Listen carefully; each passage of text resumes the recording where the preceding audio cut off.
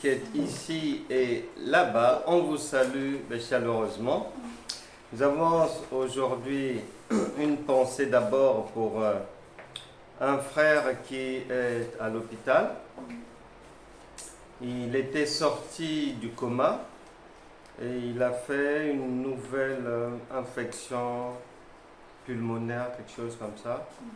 Et on l'a encore replongé dans le coma. Et donc, vraiment, nous allons, chacun avec ses mots, demander sa guérison, solliciter vraiment qu'il puisse recevoir le secours du royaume de Dieu.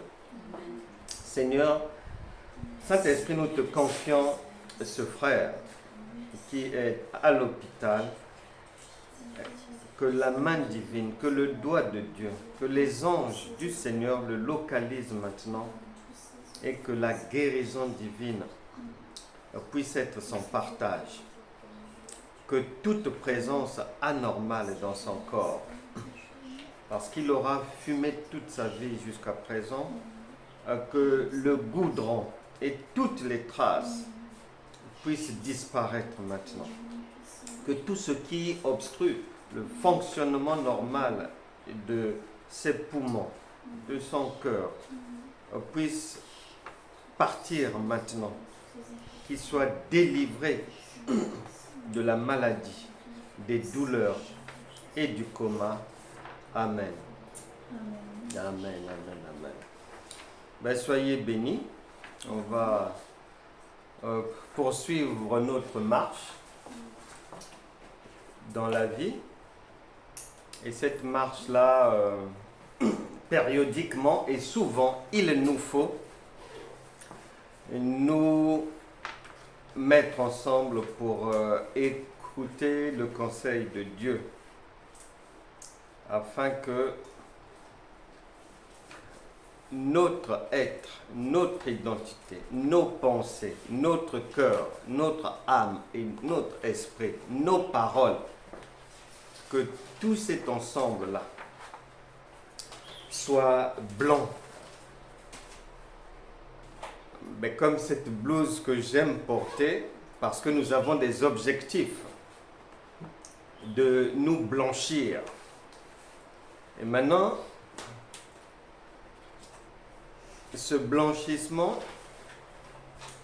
ne se limite pas à l'apparence,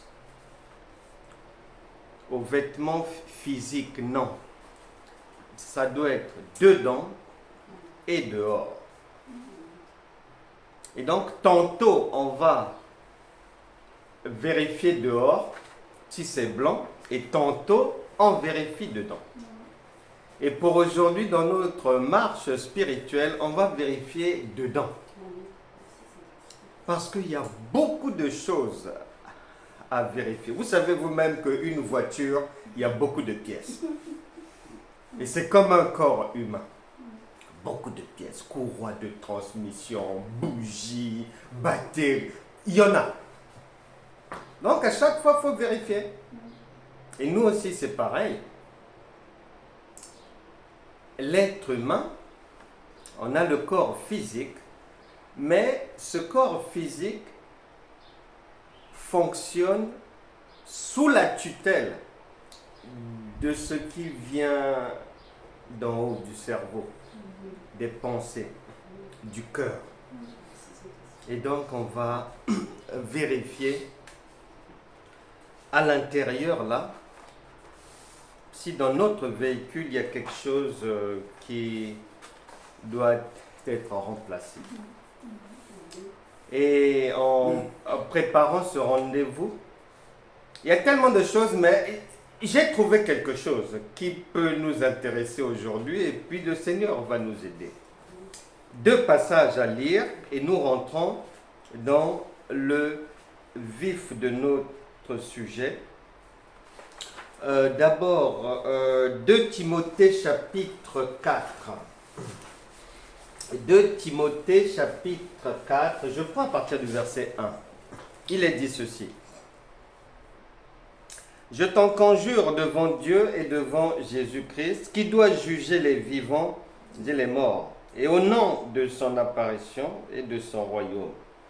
Prêche la parole, insiste en toute occasion, favorable ou non, reprend, censure, exhorte avec toute douceur et en instruisant. Car il viendra un temps où les hommes ne supporteront pas la saine doctrine. Et ce temps, nous y sommes. On est en plein dedans là. Point virgule. Mais, ayant la démangeaison d'entendre des choses agréables, ils se donneront une foule de docteurs selon leur propre désir. C'est ce que nous avons dans ce siècle présent. Quelqu'un va aller choisir une église locale parce qu'elle a entendu que là-bas, le pasteur dans sa voiture, quand il est au volant, il aime appuyer sur le champignon du mariage. Or, elle est célibataire.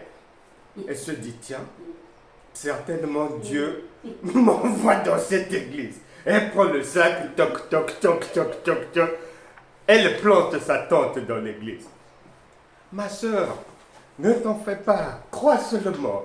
Et ton homme t'attend. Non, la joie dans son cœur est au maximum. Elle se dit, c'est même ça. Et Dieu me parle. Seigneur, tu me connais vraiment. C'était l'endroit que je recherchais. Oh, je suis même en retard parce que ça fait longtemps que tu voulais me voir ici. Peut-être que je suis encore célibataire parce que je n'avais pas localisé l'endroit d'où tu as prévu me parler. C'est ce qui se passe dans ce siècle présent. C'est ce qu'on dit là. Donc il y a ça partout. Et autre chose, on parle de démangeaison. C'est-à-dire en fait, si la personne n'entend pas ce que son cœur veut entendre, puisqu'on parle de leur propre désir, ça la dérange. Pour elle, ça sonne faux. Pour elle, ça sonne faux. Et beaucoup sont comme ça. Et le Seigneur nous prévient et nous parle encore en Matthieu, notre deuxième texte, Matthieu chapitre 13, verset 30. C'est le Seigneur Jésus qui parle. Laissez croître ensemble l'un et l'autre jusqu'à la moisson. Et à l'époque de la moisson, je dirai aux moissonneurs, arrachez d'abord l'ivraie et liez-la en gerbe pour la brûler, mais amassez le blé dans mon grenier. Le Seigneur. Donc, dans notre marche, il y a mélangé l'ivraie et le blé. C'est-à-dire faux enseignement et bon enseignement. Fausse doctrine, bonne doctrine. Donc, tout est mélangé. Et on demande au Seigneur, y a-t-il pas moyen de mettre de l'ordre? Non, non, non, non. Ça viendra. Pour le moment, laissez ce mélange-là. Pourquoi? Parce que ceux qui vont tirer leur épingle du jeu, ce sont ceux qui vont réussir à entendre et comprendre ce que le Seigneur dit. C'est ça. Mais ceux qui ne seront pas attentifs, eh bien, Jésus a dit, nombreux prennent le chemin de la perdition. Et nous ne voulons pas tomber dans ce chemin-là. Et pour ce faire donc aujourd'hui, on va voir un aspect de ce que l'on appelle au nom de Jésus. Et on veut savoir aujourd'hui si vous avez vraiment compris ce que veut dire au nom de Jésus. Ce que veut dire au nom de Jésus. Voilà notre sujet du jour. Et au nom de Jésus, nous sommes habitués. On a grandi comme ça dans le Seigneur. On nous a appris que, ben voilà, pour chasser les démons, c'est au nom de Jésus. Parce que quelque part, le Seigneur a dit, en mon nom, vous chasserez les démons. On nous a dit que pour baptiser, c'est aussi au nom de Jésus. Donc, dans toute la galaxie chrétienne, on baptise au nom de Jésus. Mais l'apôtre Paul, en Galates chapitre 1, versets 11 à 12, vient dire que, moi, le Seigneur m'a appris autre chose. Tu ne liras peut-être pas ça, mais il m'a appris ça par la révélation. Parce que son langage se comprend par la révélation. Mais comme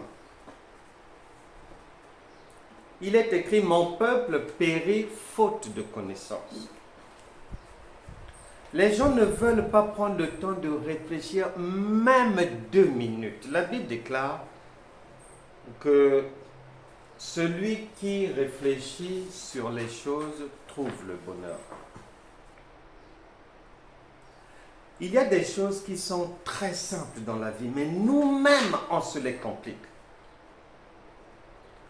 Pour comprendre, parce que notre objectif, c'est de vérifier. Est-ce que, au nom de Jésus, la manière dont nous pratiquons ça, est-ce que c'est conforme à la pensée de Dieu, oui ou non? Est-ce que notre au nom de Jésus égale au nom de Jésus dans la révélation divine? On doit vérifier. Si la coutume, la tradition nous oblige à le faire, à baptiser au nom de Jésus. Bon, on peut réfléchir un peu. Si c'est au nom de Jésus, est conforme à la pensée de Dieu par le questionnement. Parce que Jésus enseigne par les questions, parce que les questions permettent de comprendre, mieux comprendre, de prendre conscience qu'on s'est trompé ou qu'on a mal compris et de corriger. On peut donc se poser la question déjà, bon, nous si nous baptisons au nom de Jésus. Première question, Jean-Baptiste, il baptisait au nom de qui? Les gens dans le Jourdain. S'il y a une obligation, quand on plonge un crâne de quelqu'un dans l'eau, de sortir de sa bouche, je te baptise au nom de Jésus, on s'arrête d'abord. Et on pose la question, le prophète Jean-Baptiste, il baptisait au nom de qui? Puisque lui, il arrive avant le Seigneur Jésus. Et le Seigneur Jésus vient trouver le baptême par immersion. Donc, première question, celui qui arrivait avant lui, baptisé au nom de qui? Mais oui. Mais sinon, on meurt bête dans le Seigneur. Entre guillemets, dans le Seigneur. Mais on meurt bête. Donc, la réponse que tu vas donner à cette première question, obligatoirement, le Saint-Esprit te donne une nouvelle question. Jésus a dit, allez en mon nom, vous allez ressusciter les morts, chasser les démons, etc., etc., guérissez les malades, faites le bien, le royaume est là, vous donnez tout en mon nom. Question, parce que un maître d'école, ce qu'il enseigne aux enfants, lui-même a pratiqué cela et il pratique cela. S'il dit aux enfants 1 plus 1 égale 2, il ne faudra jamais que les enfants le trouvent un jour en train de dire 1 plus 1 égale 5. Jamais. Maintenant, lui envoie les gens chasser en son nom. Question. Puisque les gens qu'il envoie, c'est après les avoir formés, lui-même, il chasse au nom de qui? Ben oui. Jésus nous envoie. Il dit, allez, en mon nom, vous chassez là-bas, faites le ménage là-bas, dans les vies des gens. Bon. La question, si Pierre n'a pas eu le temps de lui poser la question, si Thomas n'a pas eu le temps de lui poser la question, le Saint-Esprit ne t'interdit pas de lui poser la question. Seigneur, toi-même tu chasses au nom de qui? Parce que la logique voudrait que si un maître d'école dit 1 plus 1 égale 2, et il le dira du premier jour de la rentrée au dernier jour, ce qui veut dire que le Seigneur Jésus, s'il dit dans la compréhension des hommes, allez vous chasser en mon nom, c'est que lui-même on doit le trouver en train de chasser en son nom. Mais oui.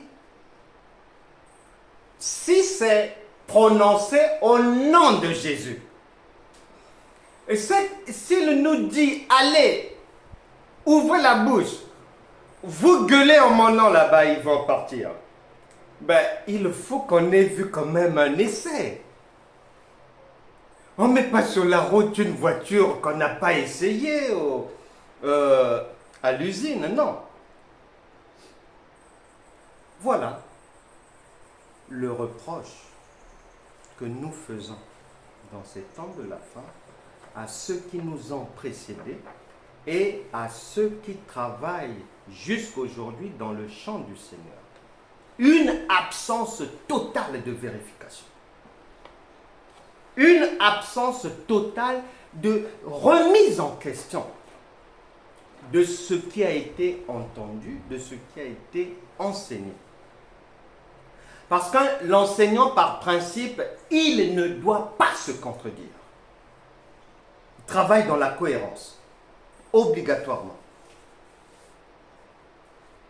Les élèves ne doivent pas le trouver dans un défaut quelconque par rapport à l'enseignement que lui-même il donne. Ces questions nous permettent de suspecter le fait que il se pourrait que au nom de Jésus, que l'on nous a enseigné et qu'on trouve dans chaque rue là, soit celui des hommes, mais pas de Dieu. On peut le vérifier. Puisque le Seigneur lui-même nous a donné l'autorisation que ce que vous écoutez là, Actes des Apôtres, chapitre 17, vous vérifiez comme les chrétiens de Bérée. Vérifiez. Ne faites pas les moutons de Panurge. Vérifiez bien si c'est conforme aux Écritures. Si c'est conforme à ce que j'ai pratiqué, à ce que j'ai enseigné. Parce que si je n'ai pas vu le Seigneur Jésus, si je n'ai pas vu Jean-Baptiste, d'abord, baptisé au nom du Seigneur Jésus, si je n'ai pas vu le Seigneur Jésus lui-même chassé ou baptisé par hasard au nom de Jésus, donc, lorsqu'il me dit « va au nom de Jésus », je dois chercher à comprendre cet au nom de Jésus-là, au juste veut dire quoi? Puisque verbalement, je ne l'ai pas encore vu lui-même prononcer ce qu'il nous dit d'aller dire là-bas. Donc, il y a des choses qui nous font défaut. Et lorsque la parole de Dieu dit « Mon peuple périt faute de connaissance », la connaissance de la parole révélée, c'est-à-dire de la pensée de Dieu, de ce que maman veut en fait dire en réalité, fait défaut au corps de Christ. C'est ça le problème. Et tous les jours, il y a au moins une personne à qui je répète, Dieu n'est pas français. Il n'est pas anglais, il n'est pas espagnol. Si tu le comprends uniquement dans ta langue là, qui n'est pas sa langue, mais tu es hors sujet. Tu es hors sujet. Et nous en avons la preuve dans les Écritures. Nous en avons la preuve.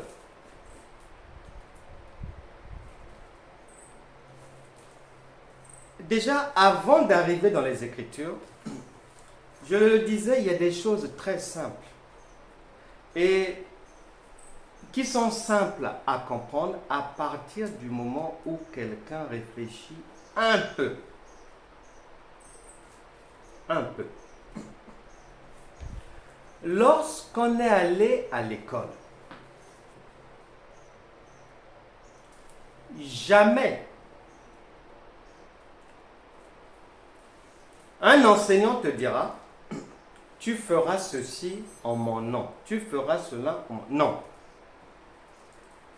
On va dire que telle personne est marxiste, il a la pensée de Karl Marx, de Hegel ou d'un philosophe comme Platon, pas en fonction du nom de Platon qu'il va sortir de sa bouche, non, mais en fonction de tout ce qu'il connaît de Karl Marx, de Platon, de Hegel ou de François Mitterrand. C'est en fonction de tout ce qu'il connaît.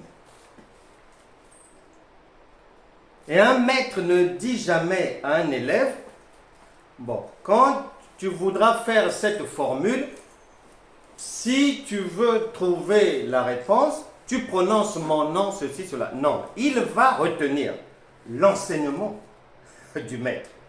Et c'est cet enseignement-là qui lui donnera la solution. C'est cet enseignement-là qui lui donnera la solution. Quand tu vas chez le médecin, ce n'est pas le nom du médecin qui va te guérir, te soigner. Ce n'est pas son nom. Docteur Untel, c'est pas ça. Docteur Untel, il va t'aider avec la connaissance qu'il a du genre de douleur que tu as. Sur la base de la connaissance. Et ça fonctionne toujours comme ça. Et ça fonctionne toujours comme ça. Et le Seigneur nous dit bien que si tu veux me comprendre, observe la nature, c'est-à-dire comment vous vivez. Et tu pourras me comprendre. On va vérifier cela. Actes des Apôtres, chapitre 19. Il y a des croyants. Leur père est un grand prêtre, un grand croyant. un sacrificateur, c'est-à-dire le pasteur ou prophète d'aujourd'hui, il a des responsabilités dans la famille des croyants. Actes des apôtres, tu liras le verset, chapitre 19, verset 13 à 20. Leur père est un pasteur. Il a 7 fils, les 7 fils de Séva. Eux, comme beaucoup de chrétiens d'aujourd'hui,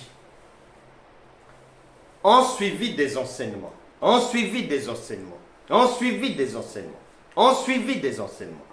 Et ils se sont rendus compte que, donc au nom de Jésus, ils ont entendu, vous irez en mon nom, vous chasserez les démons, les morts ressusciteront, ceci, cela. Ils ont entendu, ils ont retenu. Ils ont dit, mais voilà, on a trouvé le remède. Mais c'est le nom de Jésus. Ils prennent leurs pieds, pac. Ils arrivent quelque part, il y a une personne en difficulté. Ils ont la formule en tête. Ils se disent, bon, certainement le Seigneur nous donne un examen ici, là. Allons-y. Au nom de Jésus, sors. Au nom de Jésus, sors. Reçois le feu. Au nom de Jésus, au nom de Jésus, au nom de Jésus, au nom de Jésus. Il nous est dit, au verset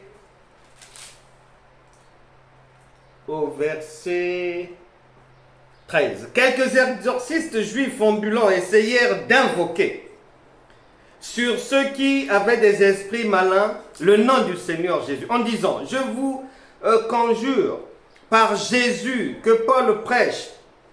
Ceux qui faisaient cela étaient 7 fils de Séva, juifs, l'un des principaux sacrificateurs. L'esprit malin leur répondit, je connais Jésus et je sais qui est Paul. Mais vous sortez d'où? En plus, avec le nom d'autrui à la bouche, vous sortez d'où? Il est dit, comme il n'y a pas de réponse, comme ils ont retenu ça mécaniquement, le nom de Jésus, ils ne peuvent même pas expliquer, ça veut dire quoi? Il n'y a pas de réponse. La suite. Et l'homme dans lequel était l'esprit malin s'élança sur eux, se rendit maître de tous deux et les maltraita de telle sorte qu'ils s'enfuirent de cette maison nus et blessés. Beaucoup d'enfants de Dieu, de croyants, aujourd'hui vivent ces choses-là. Que ce soit dans les 4 murs de l'église locale ou en dehors. On chasse au nom de Jésus. La Bible déclare, ces choses sont écrites pour vous servir d'instruction. C'est-à-dire que là déjà, nous avons une indication dans notre recherche de vouloir savoir si au nom de Jésus verbal, c'est de ça que Dieu parle. Dans nos recherches, on a quelque chose, le Saint-Esprit nous dit attention. Si vous comprenez ça verbalement, ça risque de vous jouer des tours. Regardez ces enfants-là. Mais ces gens-là, ils ont transporté le nom avec leur bouche, mais ça n'a pas marché. Parce que ça ne marche pas comme ça.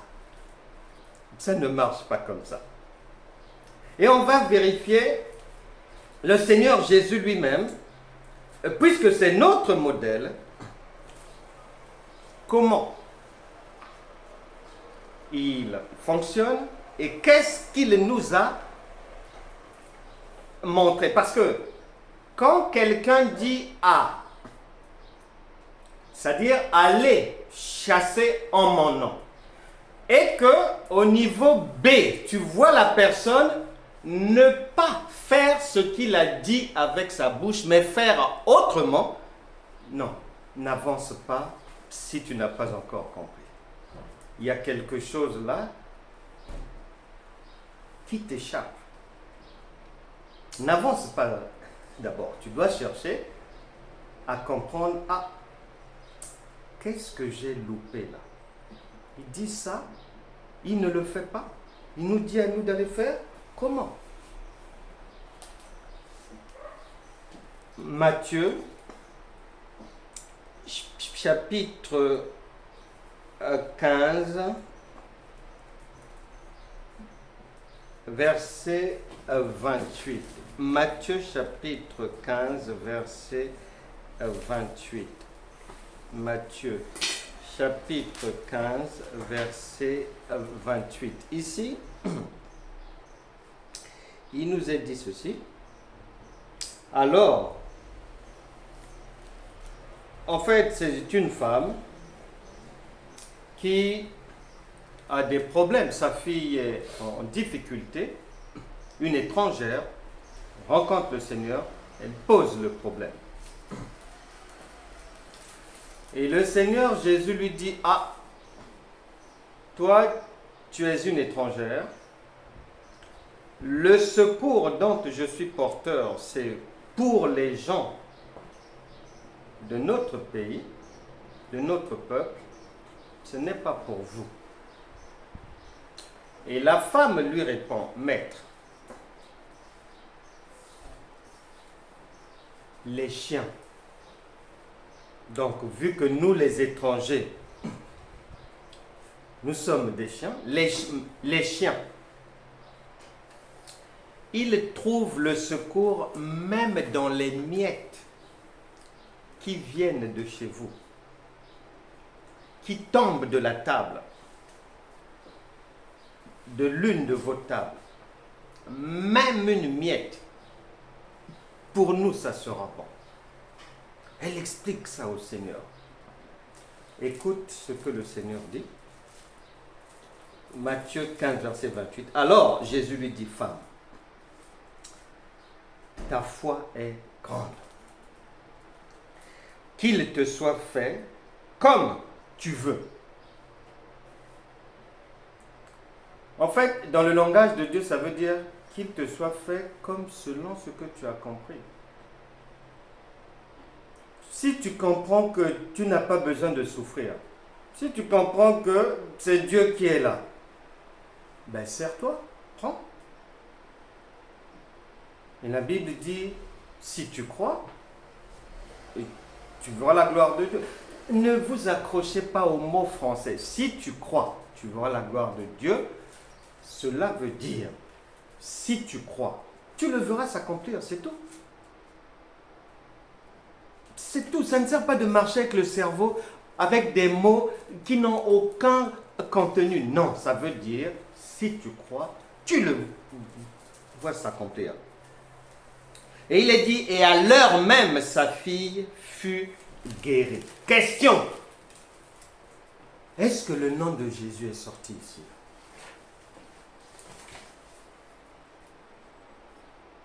Et quelqu'un ne se pose pas la question, oh bon, il nous envoie dire, allez faire ceci en mon nom. Mais lui-même, quand il travaille, c'est pas sur ce modèle-là. C'est quoi? Et tu constateras que la femme cananéenne a eu le secours, c'est-à-dire la solution, la guérison de sa fille, des mauvais esprits et autres qui l'ont emprisonnée, sur la base de ce qu'elle connaissait de ce pain-là. Or, Jésus a dit, je suis le pain de vie. Donc, sur la base de ce qu'elle connaissait de Jésus. C'est ça qu'on appelle au nom de Jésus. C'est ce que tu connais. Qu'est-ce que tu connais de lui? Quelles sont tes difficultés? Comment vois-tu Jésus, petit ou grand? Bon, tu le vois où? Dehors ou dans la maison? Bon, s'il est dans la maison, il est à ta gauche ou bien à ta droite ou dans ton corps. C'est ça. C'est en fonction de ce que tu comprends que tu reçois le secours. Et cette compréhension-là, c'est ce que la parole nous fait comprendre comme étant la foi. Parce que le Seigneur Jésus dit à la dame que, ah non,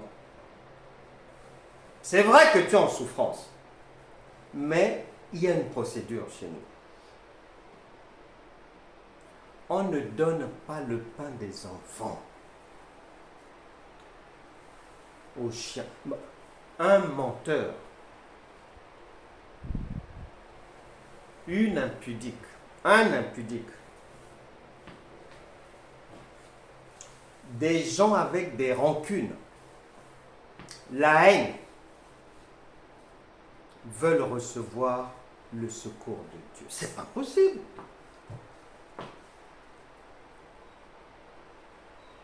La solution divine n'est pas pour ceux qui marchent mal, n'est pas pour ce que la parole de Dieu appelle les chiens. Non. Et attention, dans l'expression chien, ne referme pas vite la parenthèse, parce que les ignorants, tu les mets aussi dedans là-bas. Les égarés, tu mets ça là-bas. Les têtus, tu empiles. Ne te précipite pas à rapidement refermer. Non, non, non, non, non, non, non, non, non, non, non, non, non, non. L'Esprit de Dieu n'est pas lié. C'est ce que la Bible dit. Donc tu laisses l'Esprit de Dieu élargir la liste des chiens. Des incrédules, tu mets ça aussi dedans là-bas. Apocalypse chapitre 22. Allons rendre visite aux chiens. Apocalypse chapitre 22. Prenons le verset 15. Apocalypse chapitre 22. Verset 15. J'aime bien le début. On dit dehors, c'est-à-dire pas dedans. C'est-à-dire éloigné, ça veut dire éloigné, loin. Dehors les chiens, virgule, les enchanteurs, les impudiques, les meurtriers, les idolâtres et quiconque aime et pratique le mensonge. La liste des chiens est longue. Et nous ne voulons pas qu'on nous retrouve un jour, même avec une odeur de chien. Et si quelqu'un pense que tu as une odeur de chien, veut t'attribuer une odeur de chien, il le payera au prix fort. Il faut le savoir.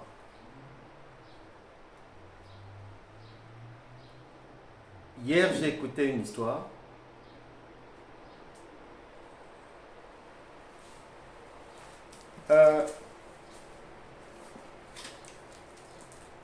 Un neveu était menacé par son oncle dans ce qu'on appelle la sorcellerie. Et chez le neveu, il y avait un chien. Un chien. Et lorsque l'oncle a voulu, d'une manière sorcellérique, envoûter son neveu, en finir avec lui, il se transporte mystiquement de nuit. Quand ils font ça, ils font la photo, ils imitent les anges qui travaillent pour nous. Ils imitent, c'est de la contrefaçon. Et dans cette sorcellerie, il arrive, transformé peut-être en papillon de nuit, à chaque fois qu'il a tenté le neveu, un chrétien lambda. Mais à chaque fois qu'il a tenté de nuit et mystiquement de venir faire du mal à son neveu, le chien qu'il voyait la journée, qu'il a l'habitude de voir la journée, se transforme en lion.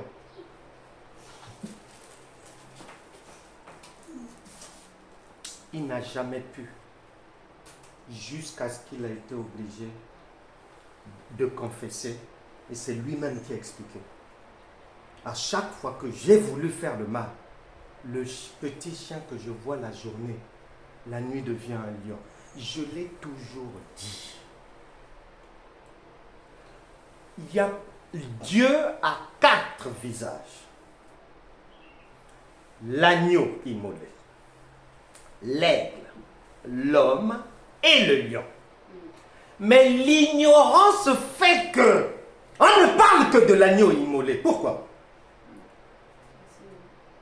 Raison pour laquelle les gens passent des nuits entières, des journées à chasser le diable, à chasser les démons. Ils n'ont pas besoin de le faire.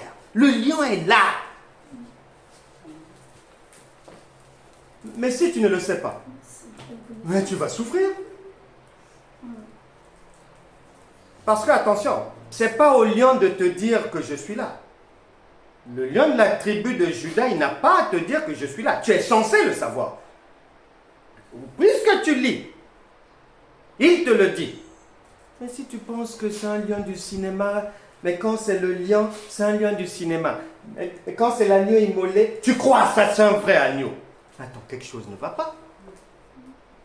Que ça soit agneau. Que ça soit... Et les gens pensent que...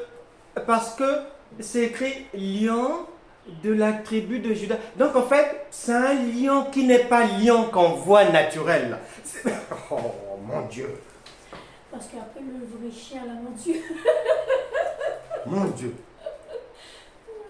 Oui, lorsqu'il a fait sa confession, sa repentance. Avant.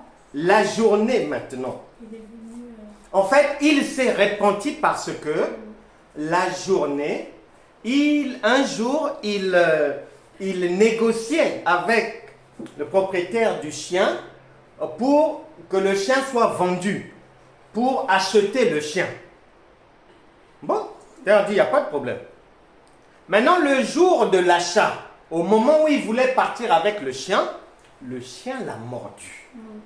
Et cette morsure-là, inguérissable, elle ne faisait que s'aggraver malgré les soins.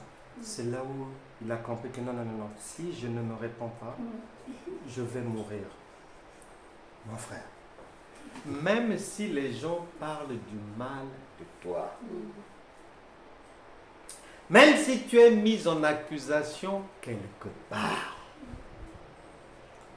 la Bible déclare, mieux vaut la fin d'une chose que son commencement. Ils vont le payer.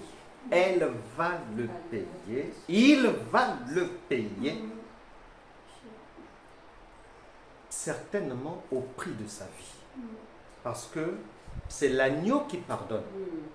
Mais le lion ne te fait pas de cadeau. Tu commets une erreur.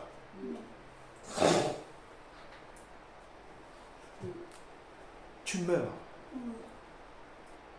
Ou il t'arrache les poumons à l'hôpital. Et on dit cancer des poumons. Il t'arrache ça. Tes yeux ne voient pas physiquement, mais c'est arraché, tu es à l'hôpital. Avec les tuyaux à droite, à gauche, partout là. Et c'est ça dehors. Nous devons bien avoir à l'esprit qui est en nous. Paul a dit, Galates chapitre 2, verset 20, ce n'est plus moi qui vis, c'est Christ qui vit en moi. C'est fini. Oh, Christ est un lion que tu ne peux pas franchir. Cela veut dire que tout enfant de Dieu. C'est-à-dire, il mérite un respect qu'il n'a pas à publier. Quiconque commet l'erreur de franchir la ligne rouge le paye cash. L'agneau n'intervient pas. Hein? Ah, il n'y a pas de demande de pardon. Hein? Ah non, non, non. Souviens-toi, lorsque Simon le magicien dans Actes des Apôtres chapitre 8, à partir du verset 18, 19, 20, 21, 22, il a franchi la ligne rouge, croyant que ce qui venait de Dieu, on pouvait acheter ça. Les apôtres Pierre et Jean l'ont d'abord maudit. Et lorsqu'il leur a demandé pardon, vous-même demandez à Dieu d'enlever ce que vous avez dit là. Ils n'ont jamais enlevé. Mais c'est fini, c'est fini. Tu commets l'erreur, c'est fini. Mais l'agneau, il a son travail à faire. L'aigle fait son travail. L'homme fait son travail. C'est l'homme qui prend ses pieds, aller là-bas, aller au travail, aller prendre l'enfant, si cela et tout. Mais le lion, lui aussi fait son travail. Il garde son chef. Quiconque manque du respect à son chef, il le réduit au silence. Et bien sûr. Les anges de Dieu sont là. Et n'oublie jamais. Quand on parle des anges de Dieu, les lions ne se déplacent pas seuls. Ils se déplacent en horde. Ne comprends pas le lion de la tribu de Juda en chiffre 1. Non. Chez Dieu, un jour c'est 1000 ans. Et 1000 ans c'est un jour. Vas-y comprendre. Donc, tous les lions du monde sont derrière toi. Donc on a vu que cette sœur étrangère a eu le secours et le Seigneur nous enseigne, non pas parce qu'elle aurait sorti le nom de Jésus. Non, c'est sur la base de ce qu'elle connaît du pain de vie, qui est Jésus. Voilà. C'est clair et net. Il n'y a rien à inventer, là, à rajouter, traficoter, si cela, ma soeur, oui, ça ira. Non, non, non, non, non. C'est clair et net. Allons maintenant vérifier. Est-ce que, si elle, elle avait peut-être oublié le nom de Jésus, et l'agneau immolé lui a fait grâce. Bon, allons vérifier. On va rendre visite à quelqu'un, un homme maintenant. Mais peut-être que elle, son problème avec sa fille était récent. Peut-être que quelqu'un peut se dire ça. On va les vérifier. On va les prendre un vrai problème. Un homme malade depuis 38 années. Évangile de Jean, chapitre 5. Jean, chapitre 5. Parce que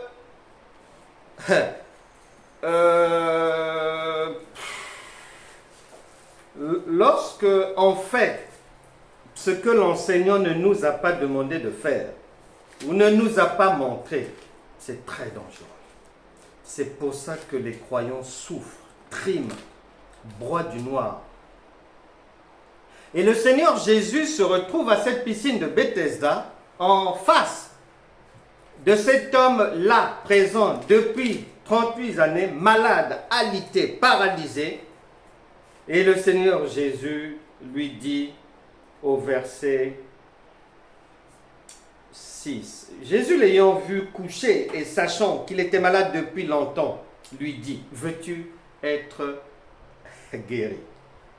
Le malade lui répondit, Seigneur, je n'ai personne pour me jeter dans la piscine quand l'eau est agitée, et pendant que j'y vais, un autre descend avant moi. C'est-à-dire, pendant qu'il raconte son ignorance. Nous comprenons par là que si le Seigneur avait dit « Mon peuple périt faute de connaissance », c'est que sa présence là depuis autant d'années est due à l'ignorance. la sœur cananéenne qui a dit que non, nous-mêmes les miettes on récupère et on a la solution. Nous y croyons. C'est sûr que il n'y avait pas longtemps que sa fille était en difficulté, puisqu'elle avait la connaissance. Elle savait que le secours de Dieu, c'est instantané. Elle savait qu'il n'y a pas grand-chose à faire, c'est juste recevoir la bonne parole. Même un mot que tu peux penser que par rapport à un enseignement qui fait 1 heure, elle dit que non, même un mot, donc une miette, c'est suffisant. Elle savait. Elle pouvait t'expliquer le pain de vie, c'est quoi. Elle pouvait t'expliquer. Et elle n'avait pas besoin d'X, Y ou Z. Non. Mais ici, le Seigneur se retrouve en face d'un ignorant. Et si ces choses sont écrites, c'est pour nous dire que là, maintenant là, regardez ce qui se passe. Malgré la prédication de l'Évangile. Regardez. Et il est dit, c'est-à-dire,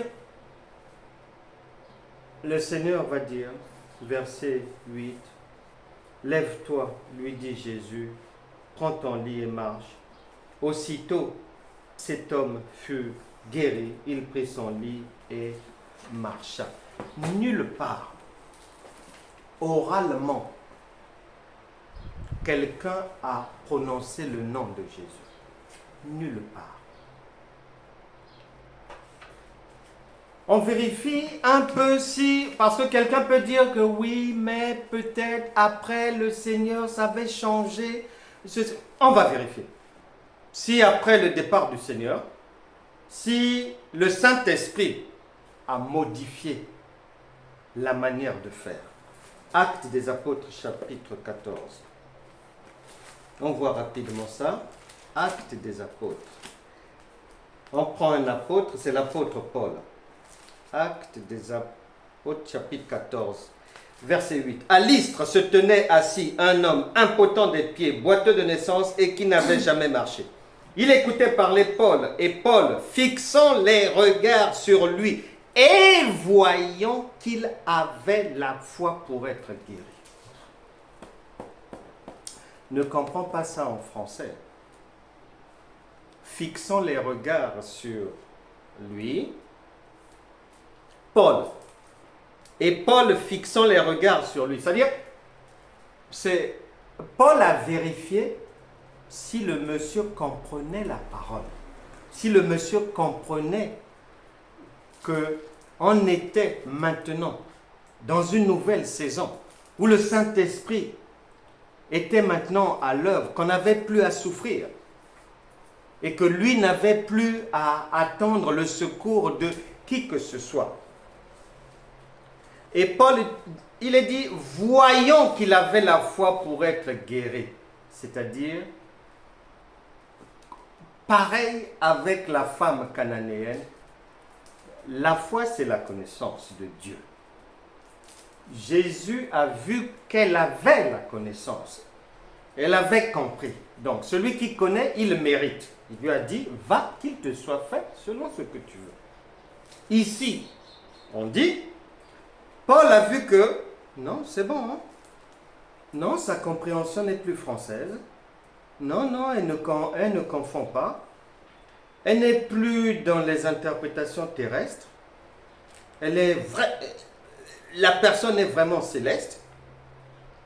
Et il dit d'une voix forte, lève-toi, droit sur tes pieds. Et il se leva d'un bond et marcha. Donc, la marche que nous venons de faire nous a suffisamment éclairés. Et chacun doit le savoir désormais. Parce que dans ce monde, une personne avertie en vaut deux. Il ne faudra pas un jour dire Seigneur, je n'avais pas fait parce que on ne m'avait pas bien expliqué. Non.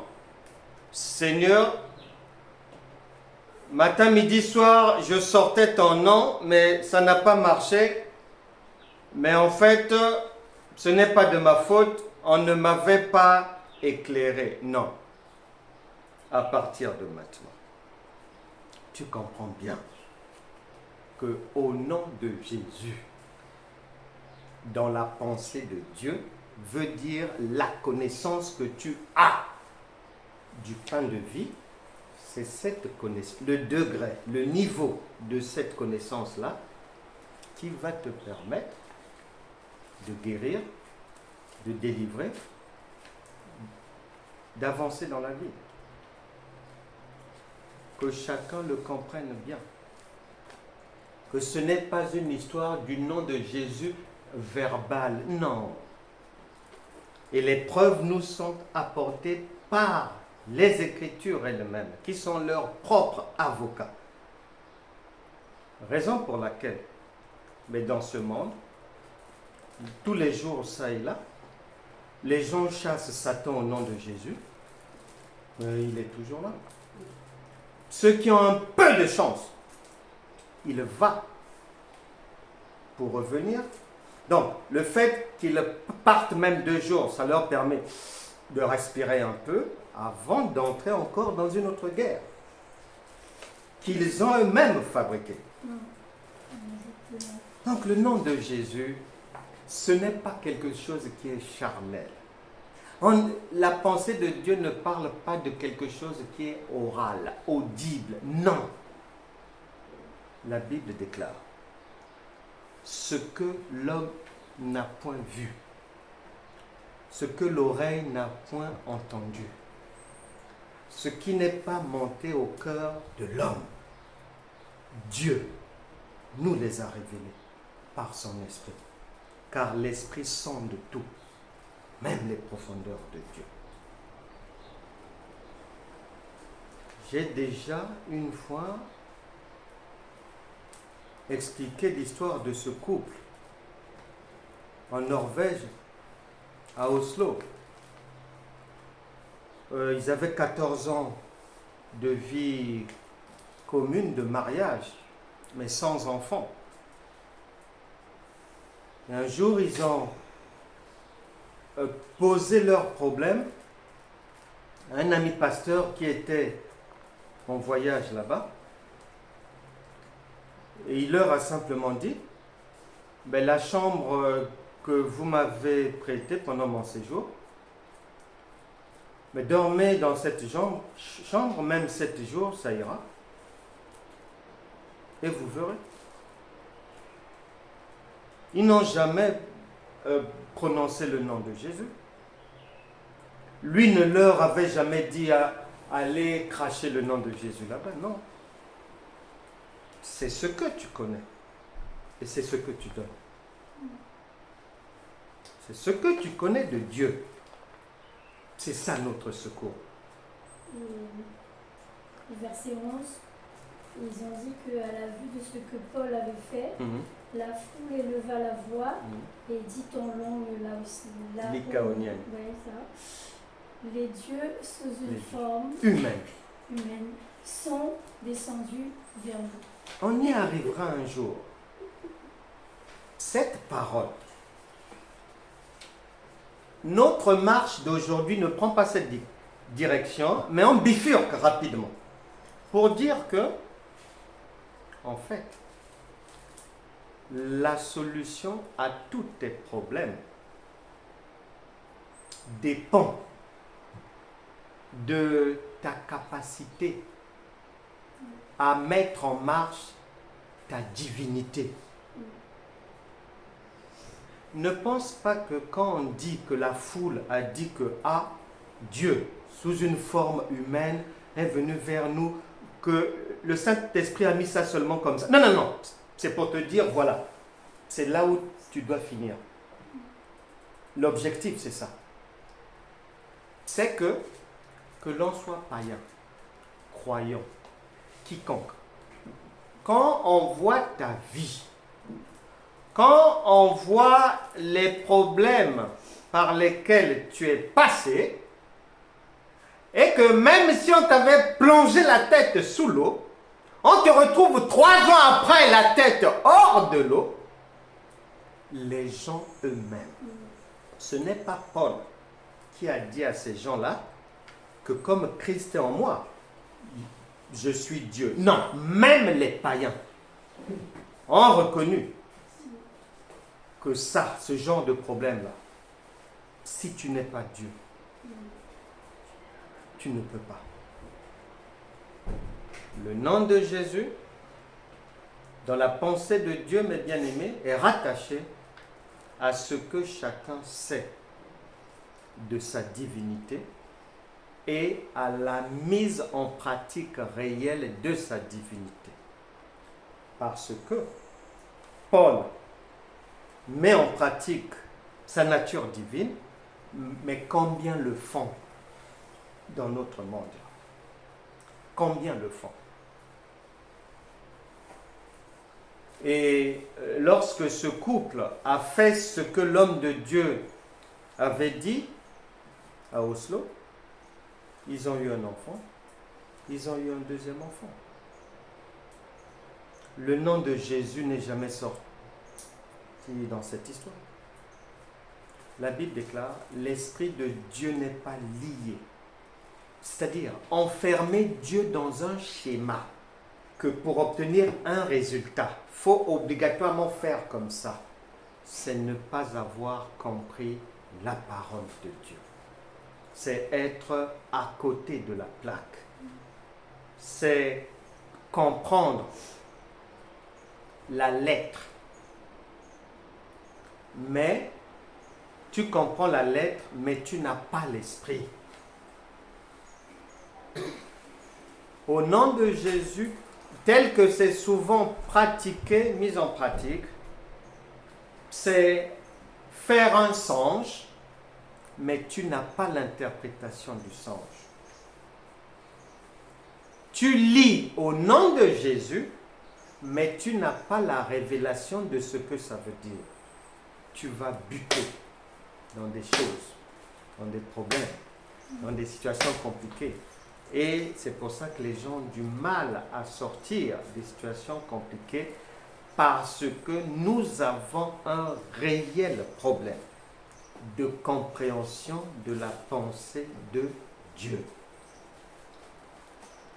Et on n'enseigne pas souvent sur ça dans nos églises, dans notre famille en Christ. Or, ça doit être le sujet principal d'abord, avant d'aller plus loin.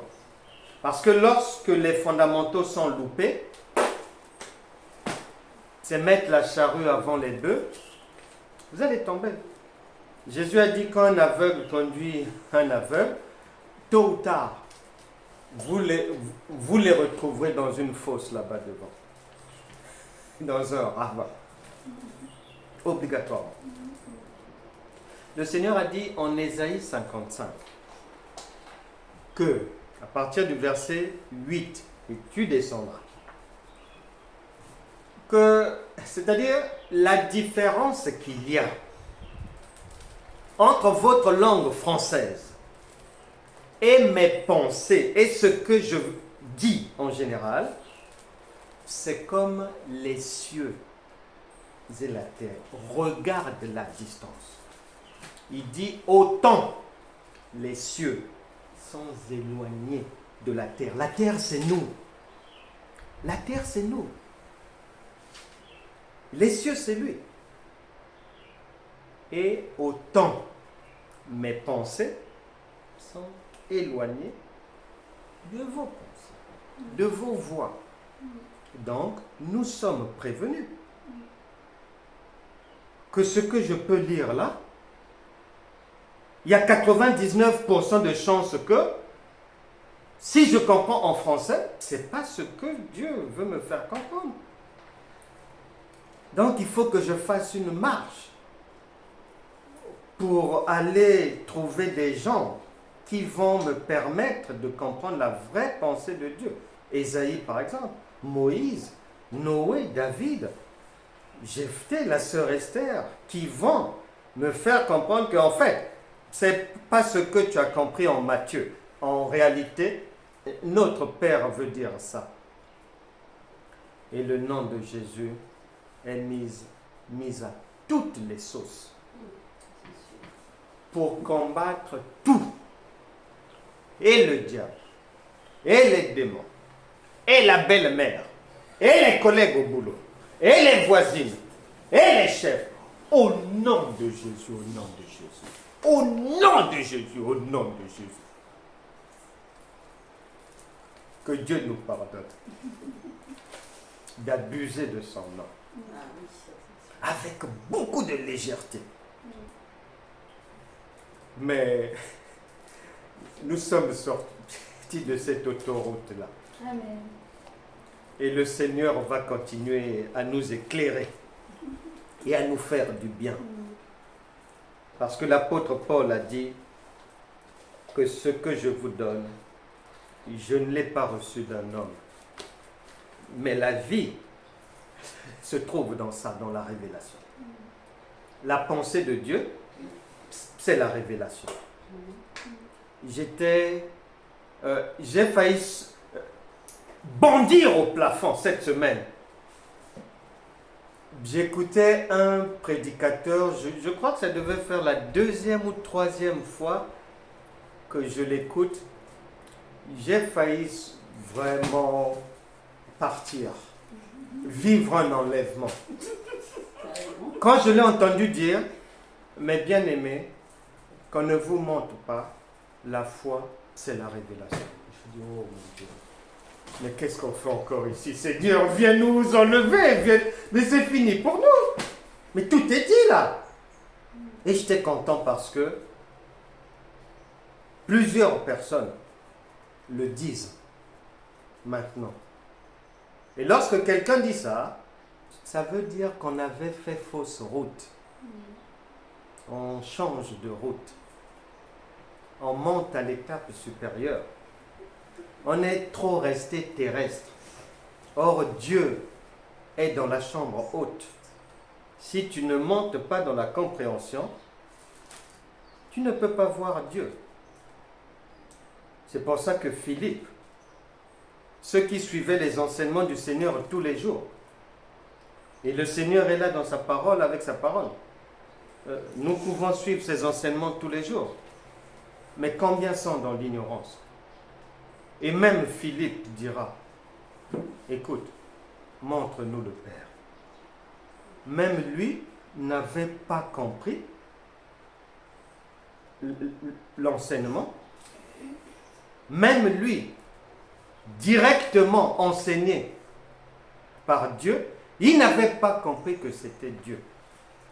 Il le prenait pour un disciple de Dieu, envoyé comme ça pour leur enseigner la doctrine et passer à autre chose. Non.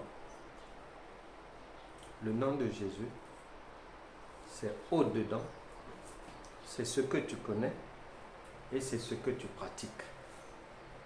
Et nous croyons que nous allons continuer sur cette voie à pratiquer la parole, à la mettre réellement en pratique, à assumer notre nature divine, à la voir s'exprimer pleinement.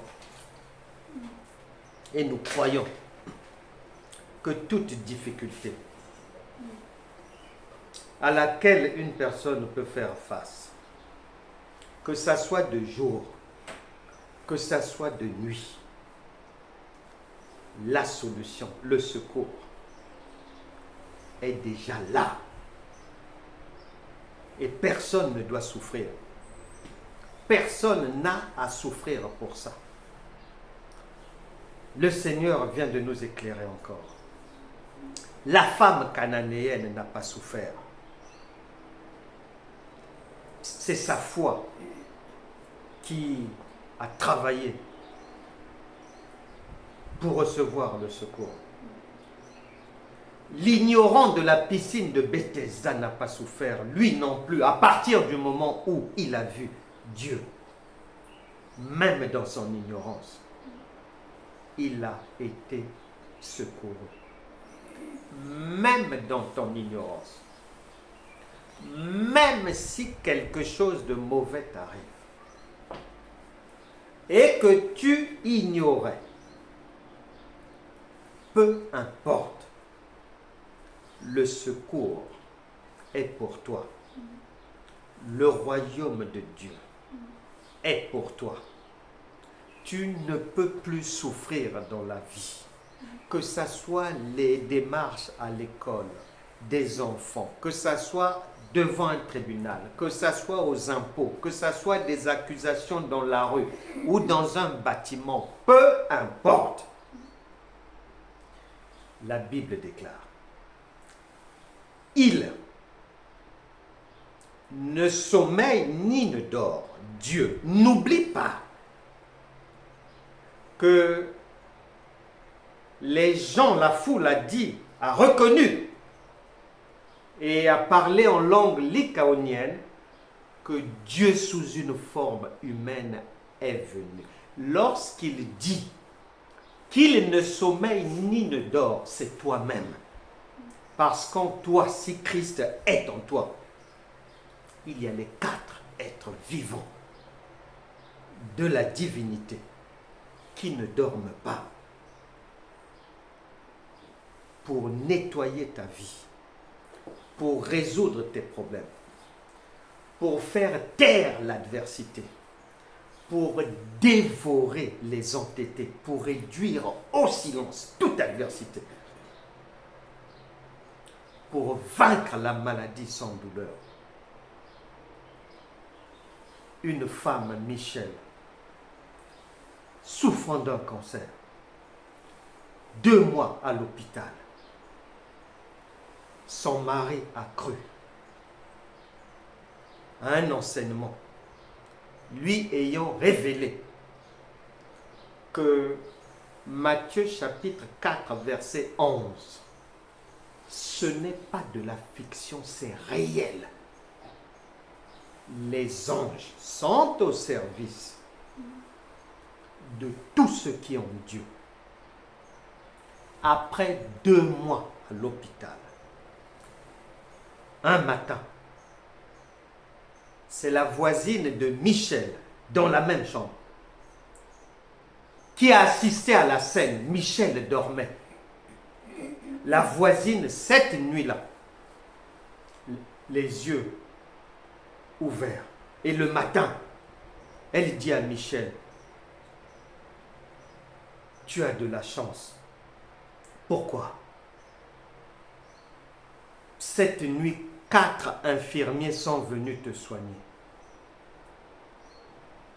Michel n'avait jamais vu d'infirmier la nuit. Dans le doute, elle demande à un personnel qui dit non. La nuit, il n'y a pas eu d'homme qui a travaillé. La voisine dit, j'ai vu 4 en blouse blanche qui sont rentrés ici, qui se sont directement dirigés vers toi. Et l'un d'eux a soufflé sur toi. Je les ai vus avant qu'ils ne sortent de la chambre. Les jours qui ont suivi, le cancer a totalement disparu. Ne méprise pas la présence de Dieu. Ne méprise pas la puissance du Saint-Esprit. La réalité du sang divin dans ton corps, en toi. Quand tu dors, sois en paix. Il y a des lions autour de toi. Quiconque essaie tombe. Est complètement déchiqueté, dévoré. Et les jours qui suivent, tu entends, une personne a fait un accident là-bas. On a décelé une tumeur au cerveau, un cancer du sang. Tombé au travail, double fracture. L'opération n'a pas bien marché. Maintenant sur un fauteuil roulant. Et la maladie s'empire. On a découvert un diabète encore, etc., etc. Sois en paix. Peu importe la difficulté, peu importe les démarches administratives, tu n'es jamais seul. Il y a une troupe avec toi, de jour comme de nuit. Que tu le ressentes, que tu ne le ressentes pas, le royaume de Dieu est un sous-marin. On ne voit pas à l'œil nu, mais il fait, il se déplace, il écoute, il sonde. S'il faut punir, il envoie le missile. Il attaque. Par surprise, toujours. Sois en paix. Ta nature est réellement divine. Cette semaine sera bonne. Pas d'inquiétude, pas de soucis. Chacun est pris en charge par le royaume de Dieu. Ne vous inquiétez de rien, car le lendemain prendra soin de lui-même. On n'a pas dit toi tu vas faire, non. Le lendemain, lui-même va s'en charger. Le lendemain veut dire les 4 visages de Dieu, l'armée de l'Éternel. En fait, l'armée de l'Éternel, c'est la horde de lions qui forme le lion de la tribu de Juda. Tout ce monde-là sont à ton service. Tu peux rire. Demeure dans la joie. Soyez toujours joyeux. Et vous verrez, vous vivrez des lendemains meilleurs. Amen. Amen.